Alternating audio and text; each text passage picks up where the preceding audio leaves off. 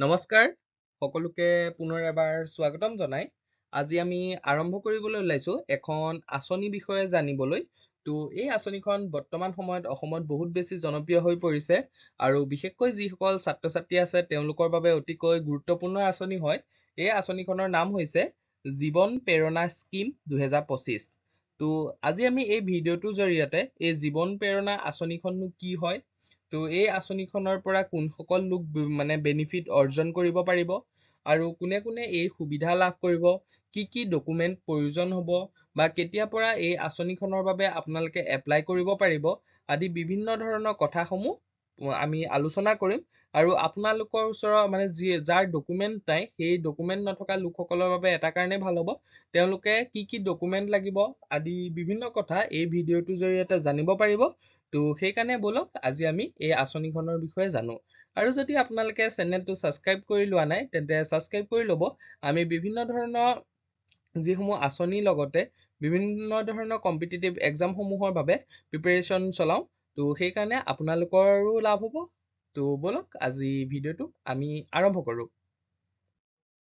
তো আমি পোনপ্ৰথমে জানো আহক এই জীৱন প্ৰেৰণা আঁচনিখননো কি হয় তো এই জীৱন প্ৰেৰণা আঁচনিখন এখন মানে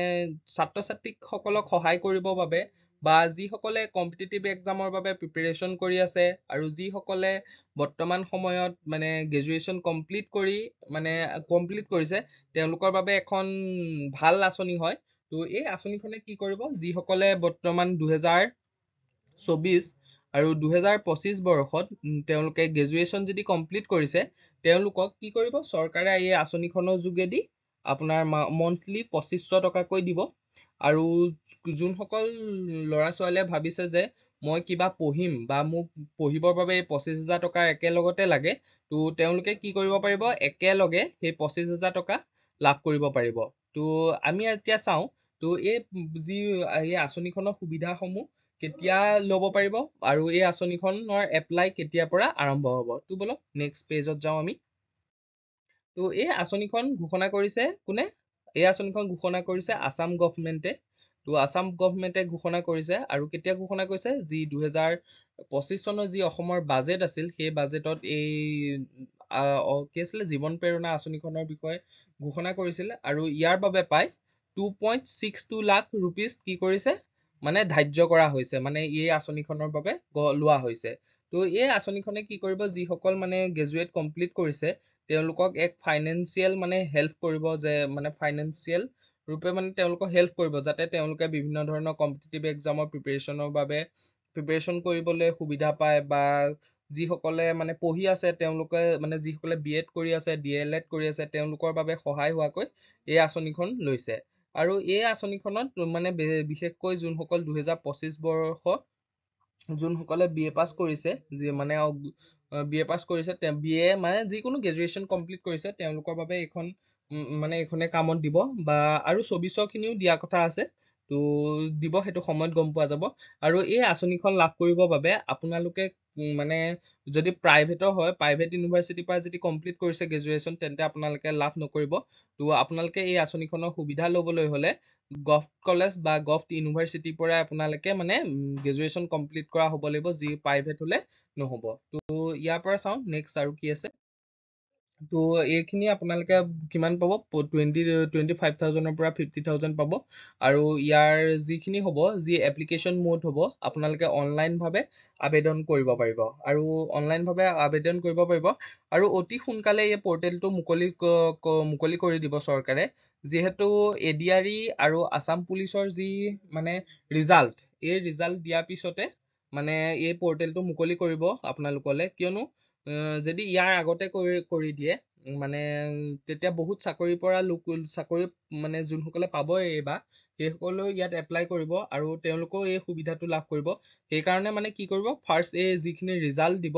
এই ৰিজাল্ট দিয়াৰ পিছত আপোনালোকৰ বাবে ইয়াৰ এপ্লাই আৰম্ভ কৰি দিব যাতে মানে অকল যিসকল ষ্টুডেণ্টসকলে যাতে যিসকলে মানে কম্পিটিটিভ এক্সামৰ প্ৰিপাৰেশ্যন কৰিলে এইবাৰ পোৱা নাই চাকৰি তো তেওঁলোকে যাতে সুবিধা পায় সেইকাৰণে মানে অক্টোবৰত ধৰি লওক 10 তাৰিখে 10 অক্টোবৰ তাৰিখে আপোনালোকক কি কৰিব মানে সকলোৱে এপইণ্টমেণ্ট দিব আৰু তাৰপিছত পাই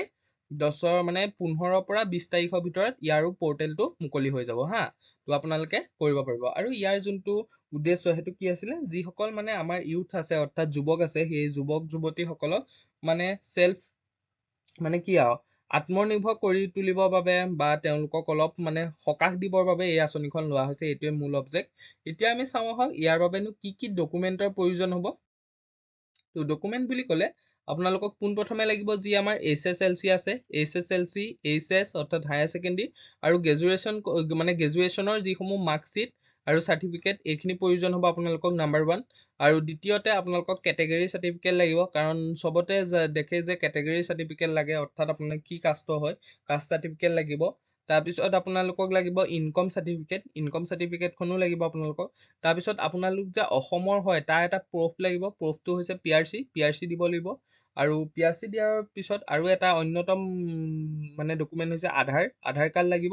আৰু লাগিব এমপ্লয়মেণ্ট এক্সচেঞ্জ। তো এমপ্লয়মেণ্ট এক্সচেঞ্জখন কেলে লাগিব, তো এমপ্লয়মেণ্ট এক্সচেঞ্জখনৰ যোগেদি চৰকাৰে গম পাব যে আপুনি কোনোবা চাকৰি কৰি আছে নে নে আপুনি চাকৰি কৰা নাই, তাৰ বিষয়ে জানিবলৈ মানে এমপ্লয়মেণ্ট এক্সচেঞ্জখন বিচাৰিছে। আৰু কিয়নো আমাৰ অসমত মানে কিবা এটা বস্তু আপোনাৰ সুযোগ লোৱাতকে তাৰ সুযোগটো মানে বেয়াকে ব্যৱহাৰ কৰাত বেছি গুৰুত্ব দিয়ে, সেইকাৰণে মানে চৰকাৰে এমপ্লয়মেণ্ট এক্সচেঞ্জখন বিচাৰিছে। তো এইখিনি ডকুমেণ্ট যদি আছে তো আপোনালোকে এপ্লাই কৰা সুবিধা পাব। আৰু এপ্লাই প্ৰচেছটো প্ৰায় পৰ্টেল মুকলি হ'ব, মই কৈছোৱে অক্টোবৰ